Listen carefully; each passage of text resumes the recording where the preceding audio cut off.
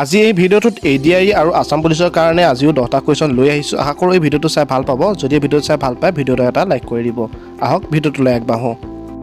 আজি আমাৰ প্ৰথমটো প্ৰশ্ন হৈছে কোনটো আটাইতকৈ কম ঘনত্ব গ্ৰহ? ইয়াৰ অপশ্যনসমূহ হৈছে শুক্ৰ, শনি, পৃথিৱী আৰু বৃহস্পতি। ইয়াৰ ভিতৰত শুদ্ধটো হৈছে অপশ্যন নম্বৰ বি শনি। গ্ৰহসমূহৰ ভিতৰত আটাইতকৈ কম ঘনত্ব থকা গ্ৰহটো হৈছে শনি গ্ৰহ। নেক্সট কুৱেশ্যন নম্বৰ 2 গুৱাহাটী উচ্চ ন্যায়ালয় কেতিয়া প্ৰতিষ্ঠা কৰা হৈছিল? ইয়াৰ অপশ্যনসমূহ হৈছে 1974, 1948, 1952 আৰু 1954। আৰু ইয়াৰ ভিতৰত শুদ্ধটো হৈছে অপশ্যন নম্বৰ বি 1948। গুৱাহাটী উচ্চ ন্যায়ালয় 1948 চনত প্ৰতিষ্ঠা কৰা হৈছিল। নেক্সট কুৱেশ্যন নম্বৰ 3 1930 চনত লণ্ডনত অনুষ্ঠিত প্ৰথম ৰাউণ্ড টেবুল সন্মিলনত ভাৰতক প্ৰতিনিধিত্ব কৰা একমাত্ৰ অসমীয়া কোন? ইয়াৰ অপশ্যনসমূহ হৈছে চন্দ্ৰধৰ বৰুৱা, বিষ্ণুৰাম মেধি, গোপীনাথ বৰদলৈ আৰু হেমচন্দ্ৰ গোস্বামী। ইয়াৰ ভিতৰত শুদ্ধটো হৈছে চন্দ্ৰধৰ বৰুৱা। 1930 চনত লণ্ডনত অনুষ্ঠিত প্ৰথম ৰাউণ্ড টেবুল সন্মিলনত ভাৰতক প্ৰতিনিধিত্ব কৰা একমাত্ৰ অসমীয়া হৈছে Chandradhar Barua. Next question number 4 মধ্যযুগীয় অসমৰ নিম্নলিখিত কোনটো বৈষ্ণৱ সন্তই মায়ামৰা সত্ৰ প্ৰতিষ্ঠা কৰিছিল? ইয়াৰ অপশ্যনসমূহ হৈছে মাধৱদেৱ, অনিৰুদ্ধদেৱ আৰু শংকৰদেৱ। ইয়াৰ ভিতৰত শুদ্ধটো হৈছে option number B Aniruddhadev. Mayamara Satra অনিৰুদ্ধদেৱে প্ৰতিষ্ঠা কৰিছিল। নেক্সট কুৱেশ্যন নম্বৰ 5 কোনবোৰ ৰক্তবাহিকাৰ ব্যাস আটাইতকৈ সৰু? ইয়াৰ অপশ্যনসমূহ হৈছে কেশিকা, ধৱনী, হীৰা আৰু লক্ষিকা। ইয়াৰ ভিতৰত শুদ্ধটো হৈছে অপশ্যন নম্বৰ এ কেশিকা। কোনবোৰ ৰক্তবাহিকাৰ ব্যাস আটাইতকৈ সৰু? কেশিকা। মনত ৰাখিব। নেক্সট কুৱেশ্যন নম্বৰ 6 ডুৰান্ড ৰেখা পাকিস্তান আৰু কোনখন দেশৰ মাজত অৱস্থিত? ইয়াৰ অপশ্যনসমূহ হৈছে ইৰাণ, আফগানিস্তান, চীন আৰু ভাৰত।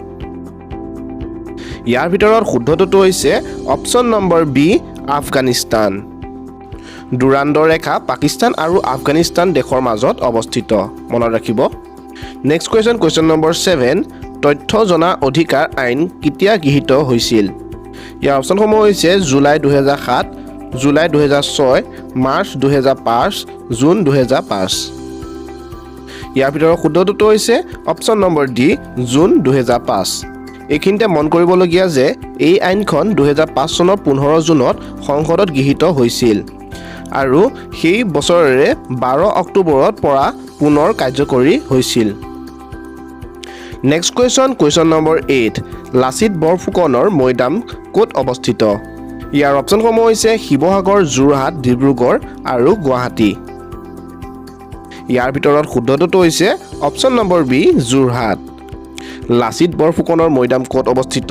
লাচিত বৰফুকনৰ মৈদাম যোৰহাটত অৱস্থিত। নেক্সট কুৱেশ্যন নম্বৰ 9 কাৰ সমাধিস্থলক শক্তিস্থল বুলি কোৱা হয়? ইয়াৰ অপশ্যনসমূহ হৈছে ৰাজীৱ গান্ধী, ডক্টৰ ৰাজেন্দ্ৰ প্ৰসাদ, মহাত্মা গান্ধী আৰু ইন্দিৰা গান্ধী। ইয়াৰ ভিতৰত শুদ্ধটো হৈছে option number D Indira Gandhi. Indira Gandhi সমাধিস্থলক শক্তিস্থল বুলি কোৱা হয়। নেক্সট কুৱেশ্যন নম্বৰ 10 পাকিয়ং বিমানবন্দৰ কোনখন চহৰত অৱস্থিত? ইয়াৰ অপশ্যনসমূহ হৈছে লক্ষদ্বীপ, গুৱাহাটী, গেংটক আৰু অৰুণাচল প্ৰদেশ। ইয়াৰ ভিতৰত শুদ্ধটো হৈছে option number C Gangtok. Pakyong বিমানবন্দৰটো গেংটক চহৰত অৱস্থিত। আজি এই ভিডিঅ'টো 10টা কুৱেশ্যনে আছিলে। এনেধৰণৰ 10টাকৈ মই আগতে ভিডিঅ'সমূহ বনাই ৰাখিছোঁ। আপোনালোকে যদি সেই ভিডিঅ'সমূহ চোৱা নাই ভিডিঅ'ৰ তলতে ডেছক্ৰিপশ্যনতে তাৰ লিংকটো পাই যাব, তাত গৈ আপোনালোকে ভিডিঅ'সমূহ চাব পাৰিব। আজিলৈ এই ভিডিঅ'টো ইমানখিনি আছিলে। যদি এনেধৰণৰ ভিডিঅ'সমূহ আগলৈ চাই থাকিব বিচাৰে তেনেহ'লে চেনেলটো ছাবস্ক্ৰাইব কৰি ৰাখিব আৰু কাষত থকা বেল আইকনটো প্ৰেছ কৰিবলৈ নাপাহৰিব আৰু লগৰ বন্ধু বান্ধৱীসকলৰ মাজতো ভিডিঅ'টো শ্বেয়াৰ কৰি দিব। আজিলৈ মই ৰাজাই বিদায় লৈছোঁ। পুনৰ লগ পাম নতুন এটা ভিডিঅ'ত। ধন্যবাদ। জয় আই অসম।